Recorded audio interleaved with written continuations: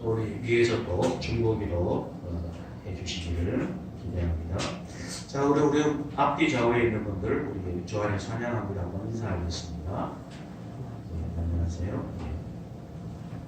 계약하고 또 옷을 치고 있고, 반갑습니다. 오늘은 우리의 자랑 십자가라는 제목으로 9번째 말씀을 나누기로 합니다. 앞으로 또 여러 번에 걸쳐서 이 교제를 해야 될 때문에요. 지금까지 앞에 그리스도께서 십자가에 못 박혔다는 사실이 어떤 의미가 있는지를 좀 살펴봤고, 이번에는 이제 그것이 어떤 결과가 또 어떤 우리에게 영향을 미쳤는지를 세 번에 걸쳐서 보고 있습니다. 하나 넘겨보시면 크게 우리가 앞에 있는 두 가지를 같이 했죠. 하나는 우리가 죄의 지배에서 벗어난다 하는 사실을 확인해 봤습니다. 죄의 지배라는 것은 우리의 욕망대로 살아가게 하는 겁니다. 우리의 욕망이 우리를 점령해서 그냥 그것이 우리를 끌고 가게 되는 거죠. 그래서 우리가 이 욕망과 싸울 수 없고 그냥 욕망 속에서 살아가는 존재입니다. 그랬는데 이제 예수님이 십자가에 함께 못 박히게 되면 이제부터 우리가 이 욕망과 싸울 수 있게 되었고, 이제는 이 욕망이 나를 지배하는 것이 아니라 하나님의 뜻, 하나님의 계획, 또 하나님의 생각이 우리의 마음을 지배할 수 있게 된 거죠. 이것이 예수 그리스도의 십자가 못 박힌 사람의 특징입니다. 다시 말하자면 예수 그리스도가 못 박히지 않은 사람, 예수님을 믿지 않는 사람은 이 죄와의 싸움을 할 수가 없게 되는 거죠. 물론 우리가 인간적으로 볼 땐 욕망이 좀 그래도 선한 수준에 있는 사람이 있고 악한 수준에 있는 사람이 있을 수 있습니다만은, 예수 그리스도 안에 있는 사람 이 욕망과 싸운다는 것은 하나님의 뜻대로 살려고 노력하고 수고하고, 물론 때때로 실패하지만 그러나 결과적으로 그 싸움을 지속하게 된다. 그래서 우리가 하나님의 뜻에 완전히 사로잡혀서 하나님의 뜻대로 온전히 살아갈 수 있게 되는 상태를 성경에서는 성령 충만이다 이렇게 설명을 합니다. 그래서 우리는 성령 충만 가운데 있을 수 있도록 하나님께 기도하고 매일 수고해야 되는 거죠. 그래서 우리가 하나님의 다스림이 어느 순간에 우리가 처음 신앙을 할 때든지 아니면 우리 인생을 살아가다 보면 하나님이 온전히 나를 충만하게 다스리시고, 그래서 내 삶의 자리에 그것이 풍성하게 나타날 때가 있습니다. 보면 우리가 성경에 보면 그럴 때가 있죠. 항상 그런 건 아니고, 그래서 우리의 목표는 이것이 매일매일 그렇게 될 수 있도록 하는 겁니다. 그래서 때로는 우리가 성경에 보면 화내는 것, 성내는 걸 성경에서 되게 뭐라 그러거든요. 성내는 것은 하나님의 나라에 합당하지도 않고 성을 낸 채로 그냥 살아가는 사람은 하나님으로부터 떨어져 나간다라고 얘기하는 것은 그 욕망에 사로잡히는 거예요. 그래서 여기도 보면 분노에 쉽게 사로잡히시는 분들이 있죠. 그죠? 이런 사람들은 죄의 지배에서 잘 벗어나지 못하는 거죠. 내 욕망이 화가 막 나면 거기에 사로잡혀서 그냥 따따따하고 다른 사람한테 그 행동을 표현하고 자기 욕망이 끌려 막 살아가는 사람입니다. 그래서 성경에서는 성내지 말라라고 끊임없이 강조를 하고 있고, 자기의 감정이나 자기의 분노에 사로잡히지 않도록, 그것이 분노일 뿐이지 그것이 탐욕일 수 있고 그것이 성욕일 수도 있고, 이런 다양한 감정들을 통해서 자기의 욕망에 사로잡히는 것이 죄의 지배를 받는 상태라고 설명을 하고 있습니다. 그래서 우리가 죄와 싸울 수 있다는 것, 다시 말하자면 이 욕망을 우리가 이것은 정상적이지 않아, 내가 갖고 있는 욕망이 올바르지 않아, 이렇게 보셔야 되는 거거든요. 그래서 실제로 우리가 예수 믿는 사람들이 신앙생활을 할 때 자기 욕망을 채우기 위한 도구로 하나님과 교회와 또는 이웃을 사용하게 되면 이것을 신자라고 부를 수가 없습니다. 하나님의 통치가 없는 거거든요. 내 마음을 내 욕망이 온전히 다스리기 때문에 이런 사람에게는 구원이 있다라고 말할 수 없게 되는 거죠. 두 번째가 하나님과 화목하게 됩니다. 하나님과 가깝게 된다는 거죠. 하나님이, 저는 이제 개인적으로 보게 되면 우리 한국에 있는 교인들의 대부분은 제가 만나서 교제를 해보고 물어보면 하나님이 생각보다 멀리 느끼시는 분들이 되게 많으셔요. 그것이 어떻게 보면 어려서부터 아버지와의 상처와 갈등 때문일 수도 있고, 주로 자매들은 그렇고요. 그래서 하나님을 아버지라고 부르니까 하나님을 친근하게 잘 못 느껴요. 하나님을 친구처럼 그리고 가까운 관계로 잘 못 느끼셔요. 왜냐하면 이 아버지라는 용어가 주는 우리의 경험이 하나님을 아버지처럼 여기기 때문에 가져오는 거예요. 그래서 거꾸로 생각해 보면 가정에서 자녀와 아버지가 좋은 관계를 자녀와 관계를 맺으면 이 자녀가 나중에 하나님을 믿을 때 훨씬 도움이 많이 됩니다. 왜서 그러냐면 하나님 아버지 그러면 누가 연상이 돼요? 예, 아빠가 연상이 되기 때문에 아빠가 자기한테 따뜻하고 편안하고 친근하게 느껴지면 하나님을 연상할 때 훨씬 좀 도움이 되죠. 근데 이게 현실은 대부분 반대이기 때문에 하나님 그러면 화목한 관계, 화해된 관계에서 친근한 관계로 잘 못 느끼는 문제가 있습니다. 그리고 이게 남자들은 더하죠. 남자들은 더하기 때문에 대부분 이 하나님과 우리가 화목된 관계가 되었다는 것을 누리는데 실패하는 이유가 여기에 있어요. 그래서 남자들은 대체로 하나님을 심판장, 재판장 쪽으로 많이 여깁니다. 그래서 하나님과 우리가 화해됐다 그러는데 친근하게 느끼는 데 되게 어려움을 특히 형제들은 더 느끼게 되죠. 본인도 그러하고 또 아버지나 또 인간관계 속에 느껴지는 남성상에 대한 문제가 있게 되는 거거든요. 그래서 하나님과 화목된 관계를 누리는 거가 이제 매우 중요하게 됩니다. 이것을 우리가 사귐, 교제라고 하는데 사실 뭐 저를 비롯해서 많은 남자들이 사귄다, 교제한다 그러면 하나님과 그런 관계를 누리는데 이렇게 많이 부족한 것은 사실입니다. 그러나 성경에서는 하나님과 법적인 관계로 설명하는 것이 아니라 마치 친구처럼, 애인처럼, 부모님처럼 여겨야 되는 거예요. 왜냐하면 우리가 하나님의 자녀, 하나님의 일꾼 뭐 이렇게 표현을 할 때는 우리가 어차피 인간의 육체를 붙들고 관계 속에 살기 때문에 하나님과의 관계를 거기에 준해서 관련을 맺을 수밖에 없기 때문에 그래요. 그러니까 남자로서는 자기의 개인의 소감과 감정과 생각을 충분히 나눌 수 있는 대상이 생각보다 많지가 않아요. 부부끼리 잘 아시나요 혹시? 저를 보지 마시고 자기를 한번 생각해 보시면 부부끼리 자기 감정과 생각을 솔직하게 잘 나누시면 이게 훨씬 쉬워요.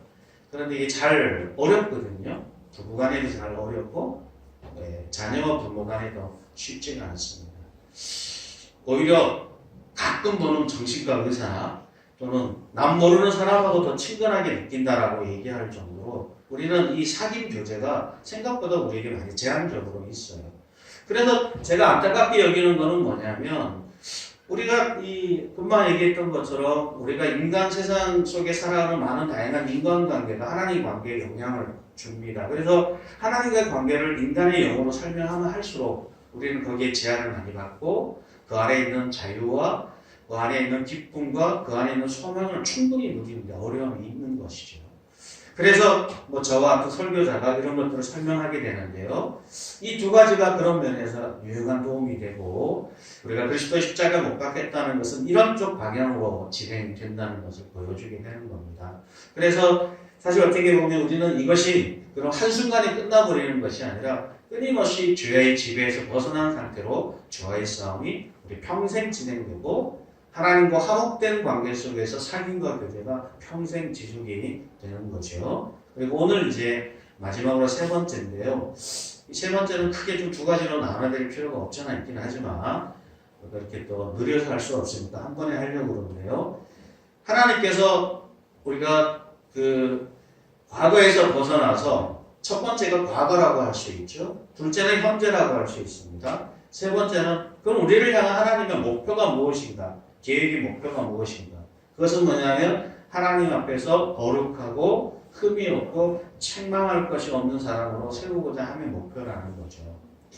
우리가 신앙생활을 함에 있어서 하나님이 우리를 향한 목표가 무엇이냐를 이해하는 것은 우리가 어떤 정도의 수준과 어떤 정도의 열심과 우리가 어떤 정도의 노력이 필요한지를 가늠해 볼 수 있는, 확인해 볼 수 있는 수단이 됩니다.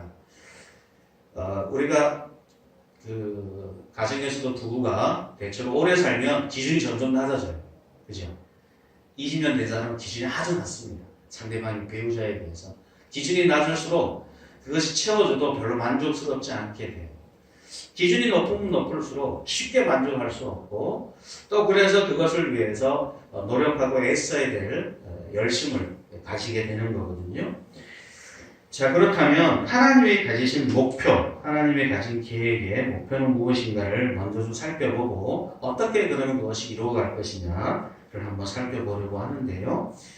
하나 넘겨보시면 하나님은 우리를 거룩하고 흠이 없고 책망할 것이 없는 자로 세우시기를 원하십니다. 그것이 오늘 본문에 보게 되면 1장 22절에 기록이 되어 있습니다. 이제는 그의 육체의 죽음으로 말미암아 화목하게 하사 너희를 거룩하고 흠없고 책망할 것이 없는 자로 그 앞에 세우고자 하셨다. 이렇게. 그러니까 하나님께서 만약에 이 하나님 앞에서 거룩하고 흠이 없고 책망할 것이 없는 자로 세우려는 목표가 아니었다면 예수님의 죽음은 필요가 없어요. 예수님이 죽음이 필요한 이유는, 그만한 대가를 지불한 이유는 이런 높은 목표를 갖고 있기 때문에 그렇게 했다는 거예요. 그냥 우리가 지금 살아가는 것보다 조금 나은 정도 수준의 도덕과 윤리 정도, 좀 괜찮은 사람이 되는 게 목표라면 예수님의 죽음이 필요 없어요.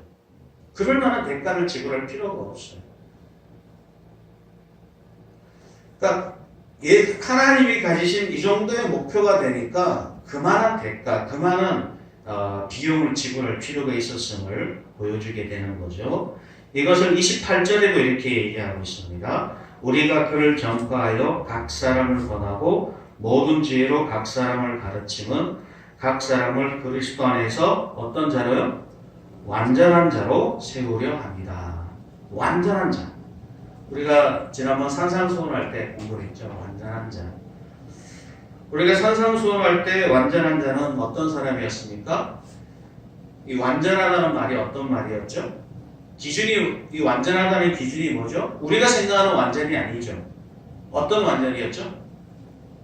하나님의 온전하심과 같이 우리도 온전하게 요구를 했습니다. 그러니까 하나님이 기대하시는 온전하심은 하나님이 기대하시는, 하나님이 자신에게 설명했던 완전하심이 우리 속에 그대로 나타나기를 기대하는 겁니다. 그래서 하나님은 이 계획에 한 번도 수준을 낮추거나 포기한 적이 없으시다 하는 것입니다. 우리가 하나 더 넘겨보시면 에베소서에도 이것을 잘 설명을 해주고 있습니다. 한번 같이 한번 읽어볼까요? 찬송하리로다 하나님 곧 우리 주 예수 그리스도의 아버지께서 그리스도 안에서 하늘에 속한 모든 신령한 복을 우리에게 주시되 곧 창세전에 우리 안에서 우리를 택하사 우리로 사랑 안에서 그 앞에 거룩하고 흠이 없게 하시려고 그 불빛은 뜻대로 우리를 예정하사 예수 그리스도로 말미암아 자기의 아들들이 되게 하셨으니 이는 그가 사랑하시는 자 안에서 우리에게 거저주시는 바 그의 은혜의 영광을 찬송하게 하려는 것이라. 예, 우리가 하나님 앞에서 거룩하고 흠이 없게 된 다음에 이것은 내가 뭐 뛰어나거나 열심히 있거나 의지나 내 수고의 결과로 된 것이 아니니까 마지막에 은혜로 된 것이니까 이건 하나님께 영광을 돌리고 찬양하게 되는 자리까지 가게 됨을 이 가운데 잘 설명을 하고 있습니다. 그러니까 이것이 하나님이 가지신 우리를 구원하신 하나님의 목표이고 계획입니다. PPT 하나 넘겨보시면, 그래서 하나님께서 이런 일들을 이루기 위해서 하나님은 여러 가지 우리에게 이 세상을 살아가면서 환난이나 어려움을 겪도록 허용하십니다. 이 허용을 통해서 우리를 어떻게 만드시냐면 우리를 완전한 자로 세우고자 하는 것이죠. 한번 같이 한번 읽어보겠습니다. 내 형제들아 너희가 여러 가지 시험을 당하거든 온전히 기쁘게 여기라. 이는 너희 믿음의 시련이 인내를 만들어내는 줄 너희가 알리라. 인내를 온전히 이루라. 이는 너희가 온전하고 고비하여 조금도 부족함이 없게 하려 함이라. 물론 환난 자체는 좋은 일은 아니에요. 우리 인생을 살아가면서 다양한 많은 환난을 겪을 때 하나님이 그것을 아이고 잘됐다 보시다 뭐 이렇게 하시는 분은 아니셔요. 그리고 그것이 만약에 유용한 또는 하나님께서 하나님의 목적을 이루는 도구가 되지 않는다면 하나님은 그걸 가로막고 그것을 우리에게 허용할 필요가 없는 거죠. 그런데 우리가 하나님 옆에서 완전한 자로 조금도 부족한 점이 부족한 점이 없는 자로 세워지기 위해서는 이 세상을 살아가면서 다양한 환난들이 때로는 도움이 됩니다. 그 시련과 싸움을 통해서, 죄와의 싸움을 통해서 우리의 내적인 죄, 외부적인 상황들, 여러 가지 여건 속에서 우리가 얼마나 그 싸움을 치열하게 싸우느냐를 통해서 우리는 점점점 하나님 앞에서 완전한 자로 만들어져 가게 되는 거거든요. 그래서 하나님은 우리가 당하는 환난들을 당할 때마다 이것이 우리로 하여금 완전한 자로 만들어가는 하나의 통로의 수단임을 기억하고, 이것이 하나님의 계획에서 이런 환난 자체가 나는 하나님이 나를 포기했거나 버려진 사람이야 이렇게 여기시면 안 되고요. 하나님이 나를 더 하나님 앞에서 온전한 자로, 완전한 자로 만들어가기 위한 방편이다 하는 것을 기억해야 한다는 것입니다. 그래서 우리가 나는 왜 이렇게 어려서부터 많은 환난을 당하고 어려움을 당하지? 이 고통 속에 있지? 왜 나는 장애를 갖고 있지? 우리는 사실 우리가 가지고 있는 많은 아픔의 눈물의 순간만큼 하나님이 나를 버렸다, 하나님이 나에 대한 계획이 없다, 하나님은 내 인생에서 나를 버린 사람으로 취급한다라고 느끼기 매우 쉽습니다. 그러나 이 야고보서에 있는 것처럼 우리의 많은 환난들을 하나님은 우리의 아무런 계획을 갖고 있기 때문이 아니라 오히려 우리에게 계획을 갖고 있기 때문에 많은 환난을 허용하고, 또 그 환난을 통해서 우리가 더 인내를 만들어내고, 결과적으로 우리가 하나님 앞에서 그 앞에서 거룩하고 흠이 없는 자로 만들어가기 위한 방편이라는 겁니다. 물론 우리가 이런 상황 자체가 우리에게 매우 힘든 일이죠. 우리가 상대적으로 비교해보면 우리가 여러 사람보다 더 많은 고난과 어려움이 있다는 얘기는 우리가 이 인생에 있어서 조연이나 부가적인 사람이 아니라 더 중요하고 의미가 있는 사람이라고 봐도 당연하지 않을까 싶습니다. 마찬가지로 다음 PPT를 보시면 아까 제가 설명했던 마태복음 5장 48절 산상수훈에 우리가 하나님께서 우리가 더 하나님의 온전하심의 기준에 비춰서 더 온전하기를 요구하시는 하나님의 계획이 있고, 이것은 단순하게 그냥 하나의 원리를 설명하는 것이 아니라 끊임없이 하나님이 오늘날 우리 인생을 살아가는 우리들에게 요구하시고 명령하시는, 또 하나님께서 왜 그런 요구를 하고 왜 이런 일들을 이루어 가시는지, 그리고 하나님의 요구는 항상 완벽한 요구인지를 설명해 주는 방식이죠. 그리고 그것은 창세기 17장에 보면 아브라함에게도 동일한 요구를 했다는 것을 기억할 필요가 있습니다. 아브라함이 99세에 나타나셔서 말씀하십니다. 나는 전능한 하나님이라 너는 내 앞에서 행하라, 완전하라, 행하여 완전하라 라고 이렇게 요구하셨습니다. 그러니까 이것은 어떻게 보면 이 99세는 아시다시피 이제 100살에 이삭이 태어나게 되는데요. 그가 거의 한 25년 동안 많은 이 가나안 땅에서 많은 시련을 겪고 어려움을 겪고 자녀도 하나도 없이, 미래도 없이, 그리고 이미 나이가 들어서 아이를 가질 수 없는 상황 속에서 끊임없이 이렇게 하나님께서 그에게 온전히 행하도록, 그런 한계 상황 속에서, 어려움 속에서 하나님의 의를 이룰 수 있는 믿음의 여정을 살아가도록 요구한 이유는 끊임없이 그의 마음에 있는 연약함과 어리석음과 문제들을 그의 수면 이편으로 드러내고, 또 그것을 하나님 앞에서 적절하게 처리하도록 하기 위한 방편입니다. 그런 면에서 환난은 좋은 도움이 되죠. 우리가 우리 인생이 반듯하고 아무런 어려움이 없고 그냥 원하는 대로 다 이루게 되면 우리는 우리 속에 있는 우리의 연약함과 죄성을 깨닫거나 알지 못합니다. 그 사람의 본래의 성정, 그 사람의 본래 상황을 제일 알 수 있는 좋은 방법은 우리가 그 사람에게 시련을 줘보면 압니다. 어려움을 줘보면 알아요. 모욕을 주면 금방 압니다.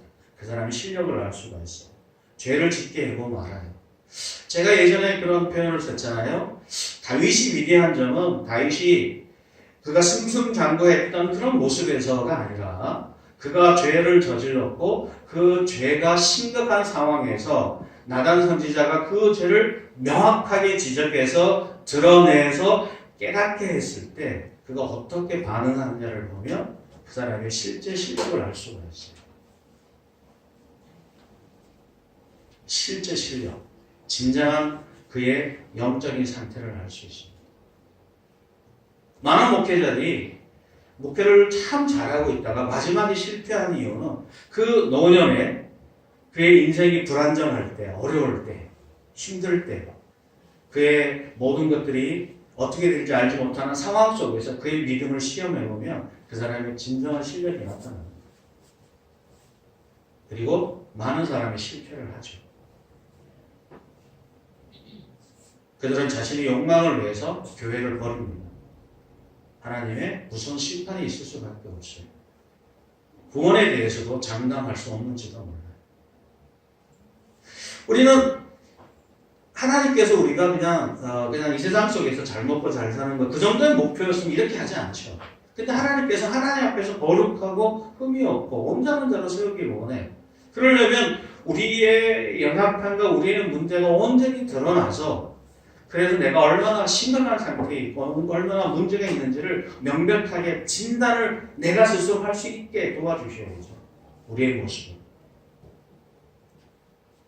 이스라엘 백성들은 끊임없이 외세 침략을 받았습니다. 그리고 외세 침략을 받을 때마다 그들이 무엇을 의지하고 있는지를 금방 알게 돼요. 여러분도 여러분의 가정에 위기를 닥칠 때마다 내가 무엇을 의지하고 무엇을 붙잡고 있는지 명확하지 않습니까? 경제적 어려움이 있을 때, 자녀가 아플 때, 여러분의 인간관계가 깨어질 때, 또는 나의 욕망과 나의 욕심과 나의 생각이 가정 속에 잘 이루어지지 않을 때 우리가 어떻게 표현하고 있는가를 보면 그 사람의 수준이 명백하게 드러납니다. 그죠? 교회가 돈이 없고 사람이 떠나고 어려움에 처했을 때 그들이 어떻게 반응하는가를 보면 그들이 그리스도 안에 있는지 아닌지가 명확하게 드러납니다. 너무나 명확하게 드러나기 때문에 핑계할 수 없을 정도. 물론 많은 사람들은 그것을 그냥 상황 때문에 어쩔 수 없다고 핑계를 대죠. 그죠? 하나님께서 꼭 우리를 어려움을 통해서 우리를 테스트하는 건 아닙니다. 갑자기 여러분의 가정이 로또가 됐어요. 상상해보면 좋잖아요. 그죠? 한 10억쯤. 너무 큰 돈이면 심판을 받으니까 한 10억쯤 됐다 생각해보죠. 그래서 세금 제하고 나니까 한 6, 7억 남았어요. 그때가 시험 받을 때입니다. 하나님이 테스트 하시는 거예요. 여러분이 하나님이 계획하신 그 온전한 삶으로 그 방향으로 달려가고 있는지 아니면 여러분의 욕망 속에 있는지 어느 날 여러분이 갑자기 좋은 직장이 되고 또는 여러분의 주머니에 헌금이 많이 들어오고 현금이 많이 들어오고 갑자기 보너스가 들어와서 여러분의 지갑이 두둑했을 때 하나님이 테스트 해보는 거예요. 반대의 경우도 존재하죠. 그럼 다 뺏었을 때 어떻게 반응하는지를 보게 되는 거예요. 물론 하나님이 일부러 그렇게 하신 건 하나님께서 그걸 움직여서 그렇게 했다기보다는 여러 상황 속에서 자연스럽게 우리의 형편들이 그렇게 만들어지게 되는 거죠. 그럴 때 그 사람의 마음의 자세와 태도를 보는 거죠. 하나님을 의지하는지 그분의 계획과 목표에 살아가는지 아니면 자신의 욕망에 사로잡혀 살아가는지 테스트하는 겁니다. 하나님이 기대하시는 것은 무엇이냐면 언제 어느 상황이든지 간에 하나님 앞에서 거룩하고 힘이 없고 온전한 자로 그 자리에 서 있는지를 살펴보게 되는 거죠. 자, 그렇게 한다면 그럼 우리가 그러면 하나님 앞에서 이렇게 거룩하고 흠이 없는 사람이 되려면 어떻게 해야 될까? 또 하나님이 어떤 도구를 사용하셔서 그렇게 만들어 주시는가 간단하게 좀 살펴보려고 하는데요. 자, 먼저 우리 1장 23절을 좀 먼저 살펴봤으면 좋겠는데요. 사실 여기서 말하는 대안 또는 대답이 매우 좀 간단하고 가볍게 느껴지지만 그러나 이것은 어떻게 보면 신약 전체에서 늘 끊임없이 강조하고 있는 바임을 기억하셔야 되는데요. 23절을 한번 읽어보겠습니다. 만일 너희가 믿음에 거하고 터 위에 굳게 서서 너희 들은 바 복음의 소망에서 흔들리지 아니하면 그러하리라. 이 복음은 천하 만민에게 전파라는 되어 나 바울은 이 복음의 일꾼이 되었노라. 여기 보면 우리가 그렇게 하나님 앞에서 흠이 없고 책망할 것이 없는 자로 세워질 수 있으려면 어떻게 해야 되냐면 너희가 믿음에 거해야 된다라고 하는 겁니다. 나머지는 그걸 설명하는 거예요. 믿음에 거하는데 믿음 위에 서 있는데 이 터 위에 굳게 서 있어야 된다. 흔들리지 않도록 요동하지 않고 서 있어야 된다. 이것이 너희 들은 바 복음의 소망이다. 바울이 전해준 복음의 소망이다. 복음이 다시 말하면 예수 그리스도께서 이와 같은 일을 만들어냈다라고 얘기하는 겁니다.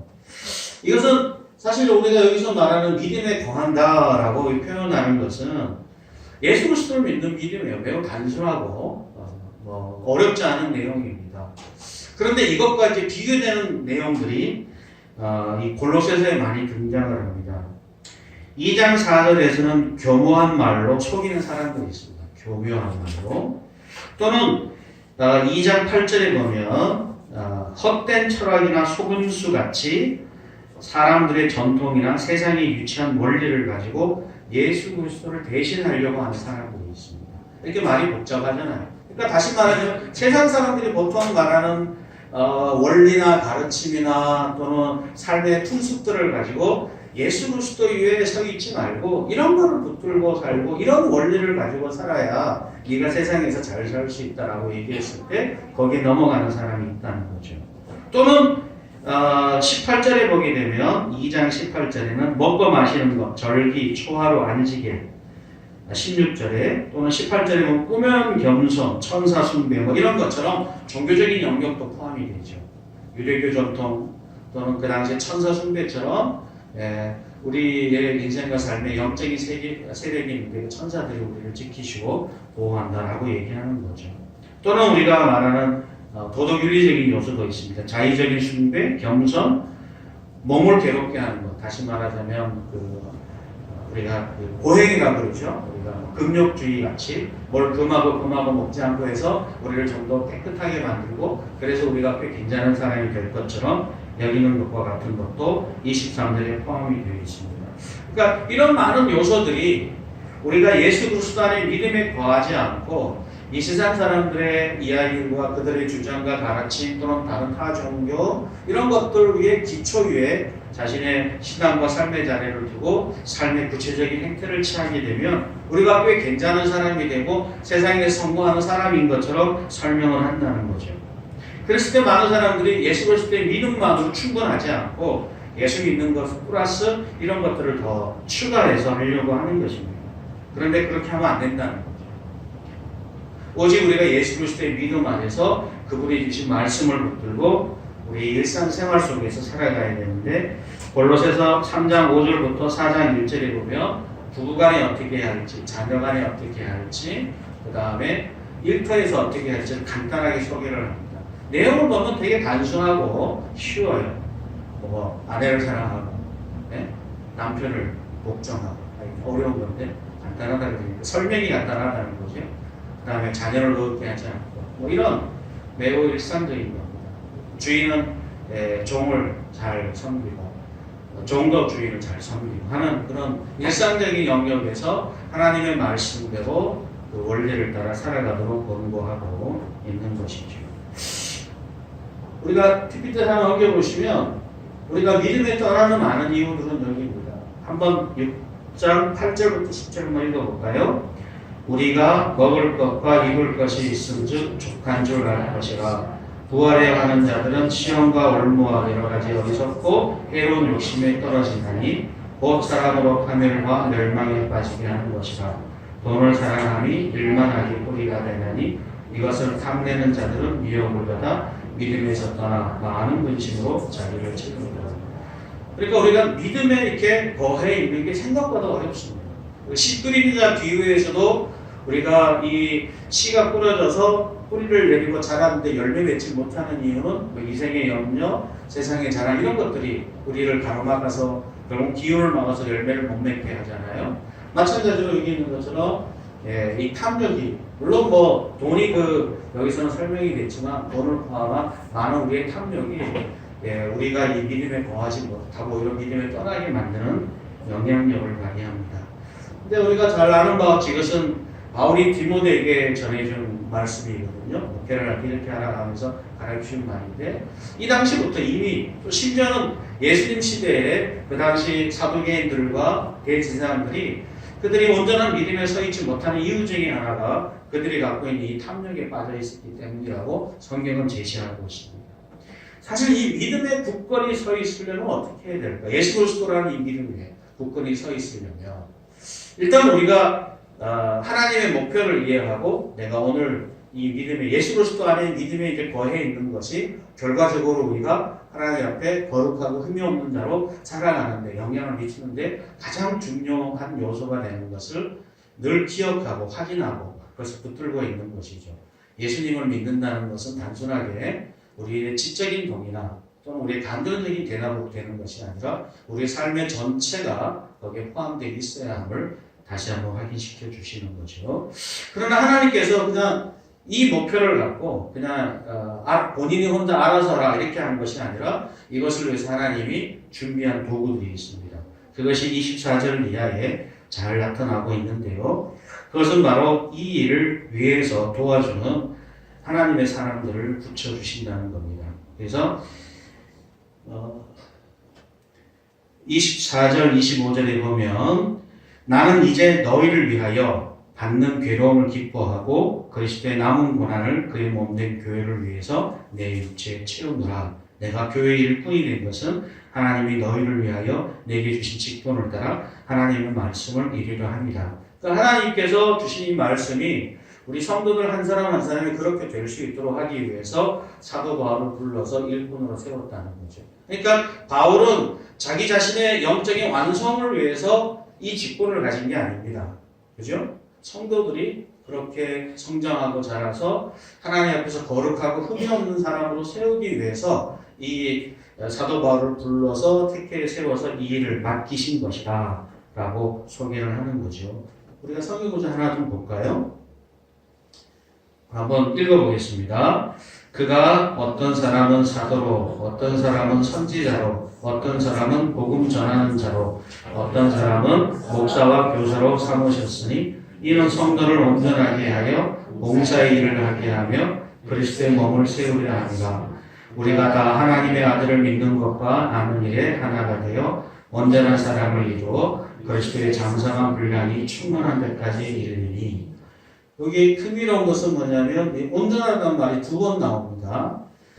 그러니까 이는 성도를 온전하게 하여, 그리고 밑에 보면 온전한 사람을 이루어 그리스도의 장성한 분량에 충분한 데 이르게. 우리를 온전하게 하기 위해서 하나님이 뭘 하셨냐면 사도, 선지자, 복음 전하는 자, 목사, 교사와 같이 직분을 가진 사람들을 부르신 거예요. 그죠? 그러니까 직분이라는 것은 자기를 드러내거나 자기 영적인 완성을 위해서 이 직에 있는 것이 아니라 여러 성도들을 그리스도의 장성한 분량까지 이룰 수 있도록 그 마디 역할, 연결시켜주는 역할을 위해서 우리를 부르셨음을 소개를 하고 있습니다. 그래서 우리가 교회라는 것이 그런 의미에서 가능한 거예요. 그래서 교회가 존재하는 것은 뭐냐면 우리가 예수 믿는 사람들이 모여서 함께 이렇게 살면서 서로의 연약함이 드러나고 부족함이 드러나고 실수가 드러나는 과정들을 통해서 그 안에 있는 직분을 하나님이 다양한 사람을 부르셔서 거기에 보면 장로도 거기에 포함이 될 거고 권사도 거기에 포함될 거고 안수집사도 포함이 될 것입니다. 이 사람들은 똑똑하니까 뛰어나서 이 사람들이 뒷받고 영광을 받기 위해서 세운 것이 아닙니다. 여러 성도들이 하나님 앞에서 거룩하고 흠이 없고 책망할 것이 없는 자로 세우기 위해서 홀로는 힘드니까, 혼자는 어려우니까 때때로 내가 무너지기도 하고 실수하기도 하고 또 죄의 유혹에 넘어질 때도 있으니까 이런 직분에 있는 사람들이 그들을 잘 세워서 끝까지 이 영적인 실험을 끝까지 해서 마침내 그날 이룰 때까지 갈 수 있도록 도와주기 위한 방편으로 세웠다는 것입니다. 그래서 28절에 보면 또 마찬가지 이렇게 설명하고 있죠. 우리가 그를 전파하여 각 사람을 권하고 모든 지혜로 각 사람을 가르치면 각 사람을 그리스도 안에서 완전한 자로 세우려 합니다. 같은 표현이죠. 우리가 각 사람을 권하고 전파하고 가르치고 이런 것은 그리스도 안에서 완전한 자로 세우기 위해서 이와 같은 일을 하는 거다. 그러니까 그 일을 위해서 우리가 불려졌고 내가 그렇게 하는 거다. 이렇게 사도 바울이 소개하는 것은 너희들이 그러니까 우리가 신앙의 여정을 살아가면서 물론 우리가 하나님이 나를 향한 계획과 목표가 무엇일까 생각할 때 하나님의 계획과 목표는 우리가 하나님 앞에서 온전한 자가 되는 거예요. 그 자체가 목적이에요. 그리고 우리가 그것을 위해서 부름을 받은 거죠. 그것을 위해서 부름을 받았다는 것은 그 일을 위해서 하나님이 아낌없이 지원해주고 격려해주고 도와주시는 겁니다. 만약 우리의 목표가 이것이 아니라 하나님의 가진 목표를 잘 이해하지 못한다면 우리는 때때로 하나님에 대해서 오해를 할 수 있습니다. 우리가 세상을 살아가면서 때로 우리가 가난하기도 하고 어려움에 처하고 위기에 처했을 때 내가 가진 목표가 나는 세상에서 이 사람 살아가면서 경제적 어려움을 겪지 않고 우리 자녀가 다 잘 되고 세상에 복받는 것이고 승리하는 사람이 되고 하는 그런 목표를 가지고 하나님하고 관계를 하고 교회 식구를 교제를 하다 보면 우리가 실수할 수 있어요. 잘못된 이해를 할 수 있어요. 마치 예수님 앞에 나와서 문둥병자 10명이 나와서 하나님 예수님 도와주세요 해서 이들의 목표는 하나였어요. 뭐냐면 자기 문둥병이 낫는 거. 예수님께서 10명을 불러다가 그래 그러면 너가 가서 씻어라. 그러면 제사장의 법이라 그러면 네 병이 나을 것이다 했죠. 그랬더니 10명이 다 달려갔는데 다 문둥병이 나았습니다. 얼마나 놀라운 일이에요. 감사한 일이죠. 그러나 그 중에 9명은 그게 목표였으니까 그걸로 끝이에요. 그들은 결국 인생에 죽고 그냥 끝나버리는 인생이에요. 그러나 그 중에 사마리안 한 명만 돌아와서 예수님에게 나와서 예수님에게 감사를 표현하고 그에게 영광을 돌립니다. 그랬더니 예수님께서 그에게 죄사함을 선언합니다. 사실 저는 이 문둥병자 사건은 두고두고 우리가 생각하는 하나님, 우리가 필요를 요구하는 우리와 하나님이 기대하신 우리와의 엄청난 격차를 보여요. 사실 되게 간단한 일이잖아요. 또 실제로 우리는 이 모든 것들은 예수님께서 명령하신 것 때문에 되어진 것이잖아요. 그렇다면 우리 예수님에게 그 예수님께 받아야 될 영광과 존귀를, 감사를, 찬양을 그분에게 돌리는 게 마땅한 일이죠. 내게 벌어진 이 놀라운 사건들을 자랑함으로 끝나는 것이 아니라 이 일을 행하신 하나님의 이름을 기억하고 그분께 영광을 돌리는 게 얼마나 합당한 일입니까? 그러나 우리가 대다수 우리의 간증들을 보십시오. 자기에게 일어난 이 놀라운 사건을 설명하기 바빠요. 내게 이런 일이 났다. 내가 이래서 병이 나았다. 내가 이래서 예수님을 믿었다. 다 거기에 중심은 나만 있습니다. 하나님은 없어요. 그분은 내가 이 일을 이루기 위한 내가 얼마나 40일 금식 기도했더니 도와주셨고 내가 열심히 교회 주일 성수를 했더니 하나님이 역사해 주셨고 내가 주의 뜻대로 살았더니 하나님께서 내 재산을 불려주셨다밖에 없어요. 거기서 자랑은 역사하신 하나님이 자랑이 아니에요. 누가 자랑이죠? 이 일을 열심히 행한 내가 자랑이에요. 내가 예수님의 명령을 따라 쫓았더니 그래서 내가 그 제사장의 보일로 뛰어왔더니 병이 나왔어. 야 나는 대단한 사람이야. 나의 순종과 나의 열심이 강조가 되는 거죠. 그러나 그렇지 않아요. 이 한 사람은 돌아와서 이 모든 일을 행한 것이 바로 당신 때문입니다. 고백하는 거. 그에게 많은 필요 없어요. 하나님의 은혜가 나를 살렸고 하나님의 말씀이 나를 새롭게 했고 그가 나로 새로운 인생을 살게 하셨습니다. 감사합니다. 이 한마디였어요. 근데 예수님은 그것이 그의 인생에 단순하게 이 생을 살아가다가 시간이 지나고 나이가 되고 노년이 돼서 죽으면 끝나버린 그런 인생이 아니라 하나님 앞에서 거룩하고 흠이 없고 완전한 자로 세우기 위한 방편으로 그를 불러 세우십니다. 그 출발점이 바로 죄사함입니다. 우리가 지금 이 스토리의 첫 번째가 죄사함이잖아요. 죄를 사하죠. 죄를 용서하고 죄의 지배에서 벗어나게 해주는 것은 시작이 되는 거예요.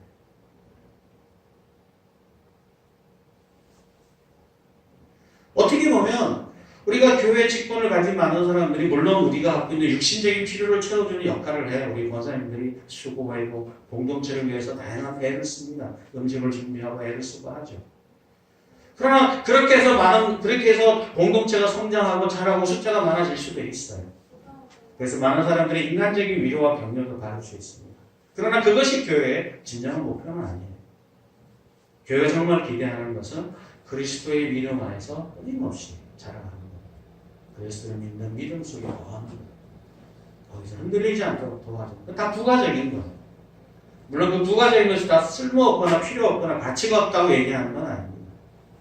그 목표를 이루기 위해서 쓰이는 도구라는 것이죠. 훌륭한 도구이긴 하죠. 그래서 흥미로운 것은 뭐냐면 24절에 그리스도의 남은 고난이라고 표현했어요. 그리스도의 남은 고난.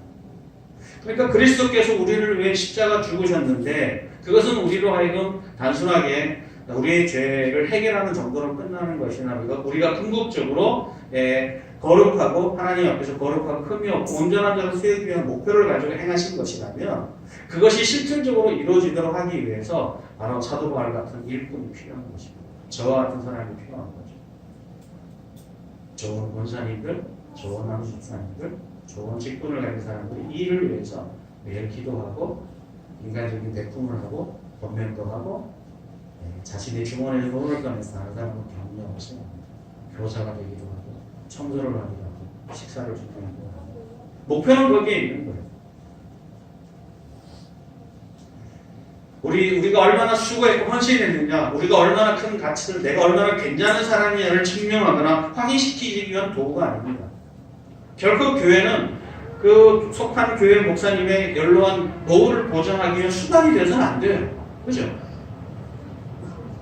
내가 얼마나 괜찮은 사람인지를 증명하는 수단이 되면 안 됩니다. 교회의 목표는 우리가 다 믿음 가운데 온전히 거하도록 하기 위한 거예요.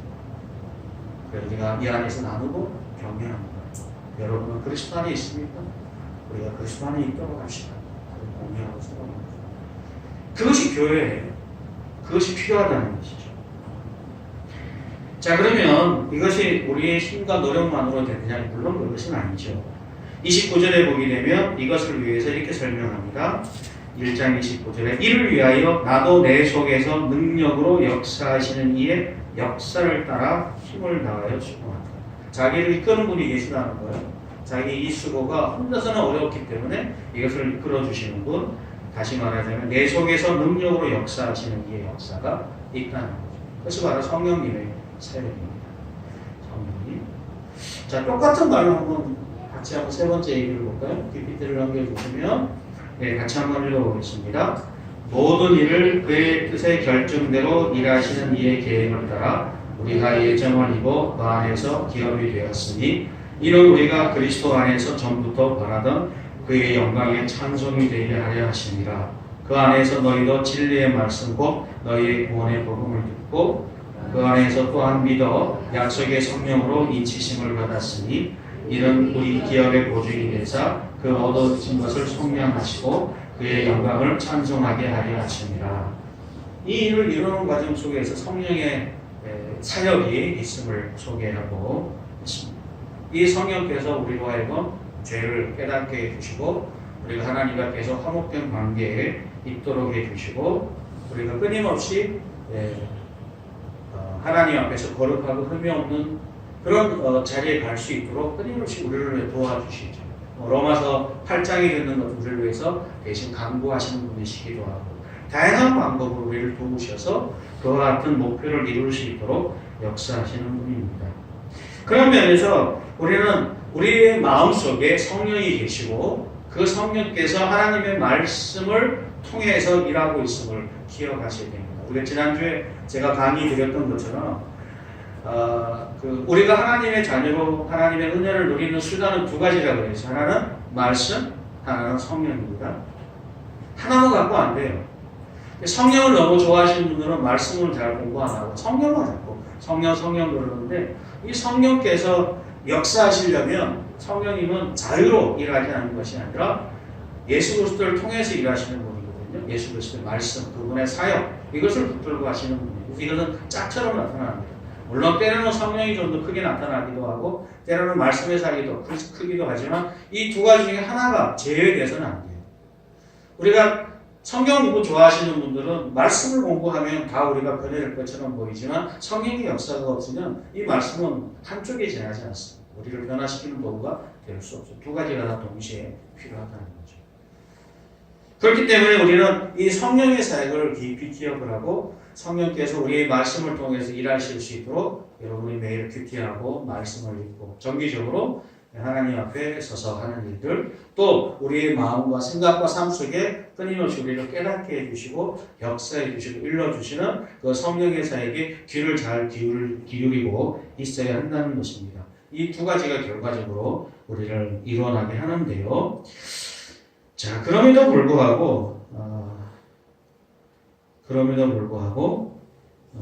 하나는 분명히 기억하셔야 될 것은 우리가 그러면 그렇게 해서 우리가 하나님 앞에서 이 믿음 안에 온전히 거하면 결과적으로 하나님 앞에 거룩하고 흠이 없고 완전한 사람으로 세워진다면 우리의 노력과 수고로 완성될 수 있느냐? 뭐 그렇지는 않습니다. 결과적으로 예수님이 다시 오시는 재림의 심판날 우리는 우리가 갖고 있는 의의를 가지고 우리가 갖고 있는 노력과 수고의 결과를 가지고 하나님 앞에 서서 우리가 하나님 앞에 구원받는 사람, 하나님 앞에 흠이 없는 사람이 되지는 않습니다. 될 수가 없어요. 왜냐하면 하나님의 기준이 너무 높기 때문에. 하나님의 온전하심의 기준을 갖고 우리의 온전하심을 평가해보면 우리가 아무리 애를 쓰고 수고한다 손치더라도 우리의 노력과 수고의 결과로 가진 완전하심은 하나님의 완전하심에 도달할 수가 없습니다.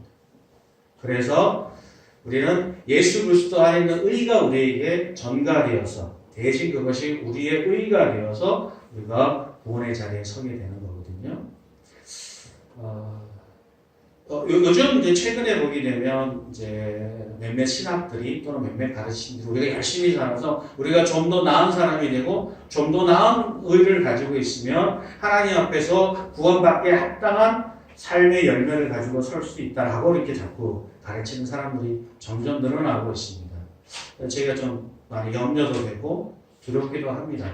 그것이 율법을 사용해서 그것이 인간적인 선교와 예를 들면 이런 거죠. 여러분이 보시기에 저 사람은 정말 하나님 앞에 구원받아 하나님 앞에서 온전한 사람이라고 평가할 수 있는 사람은 어떤 사람일까요?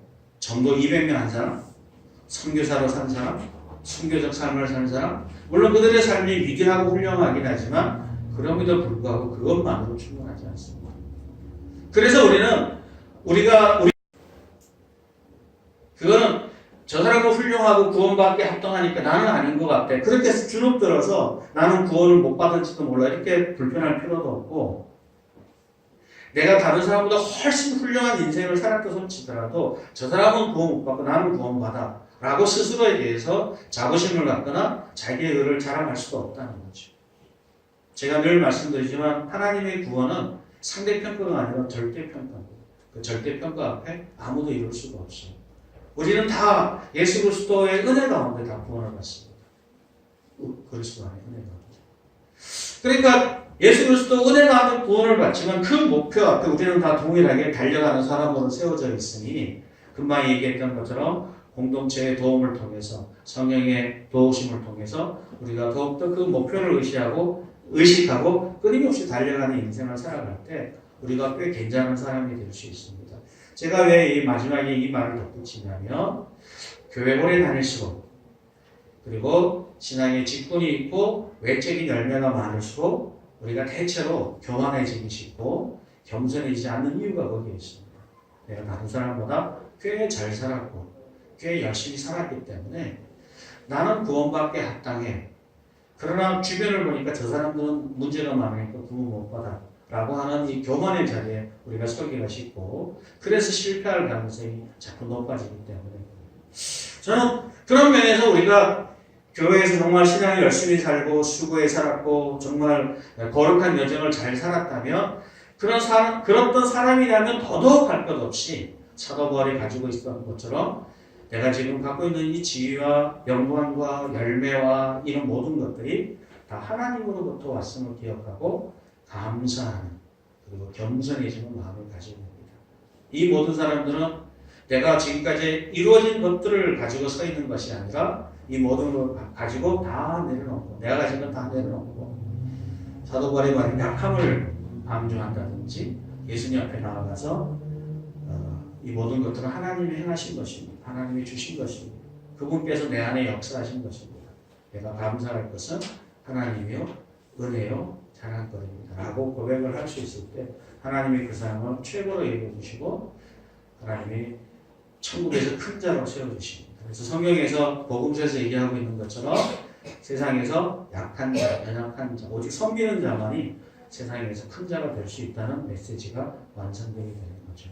아무쪼록 저는 오늘 이 새 시리즈의 말씀을 마무리하면서 여기 있는 모든 믿음의 지체들이 하나님 안에서 하나님 앞에서 거룩하고 흠이 없고 완전한 자로 세워지고 그 속에서 감사하고 찬양하고 영광을 돌릴 수 있는 좀 그렇게 살아야 세상 사람들이 교회를 보면서 박수를 보내면 하지 않을까요? 그래야 저 사람을 통해서 하나님께 영광을 돌리는 수준이 되지 않을까요? 우리가 그렇게 되는 신자로서 또 한마음교회가 되기를 주의 이름으로 축원합니다. 기도하겠습니다.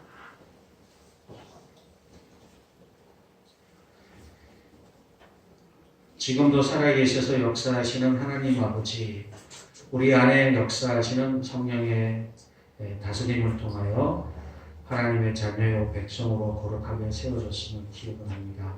우리가 예수님을 믿고 그 믿음 가운데 든든히 거함으로 하나님께 영광을 돌리기 합당한 사람이 될 수 있도록 도와주시옵소서. 그러면요 하나님께 영광을 돌리는데 부족함이 없도록 도와주시옵소서. 그래서 우리의 정체성이 예수 그리스도 안에 있는 사람이 되고 예수님의 뜻을 이루는 사람이 되고 하나님의 나라와 의를 이루는 사람이 되었을 때 하나님 우리 세상에서 필요한 우리가 염려한 모든 것들을 넉넉히 채워주시고 필요한 물질도 주시고 필요한 것들을 공급해 주셔서 우리 이 세상 속에서 하나님의 영광을 드러내는 자로 살아갈 수 있는 것을 기억을 합니다. 세상에서 소금으로 비추고 살아갈 수 있도록 도우시는 하나님의 역사 앞에 그렇게 사용될 수 있도록 도와주시옵소서. 우리 한마음교회가 그런 여정을 살 수 있게 도와주시옵소서. 예수님 이름으로 기도합니다.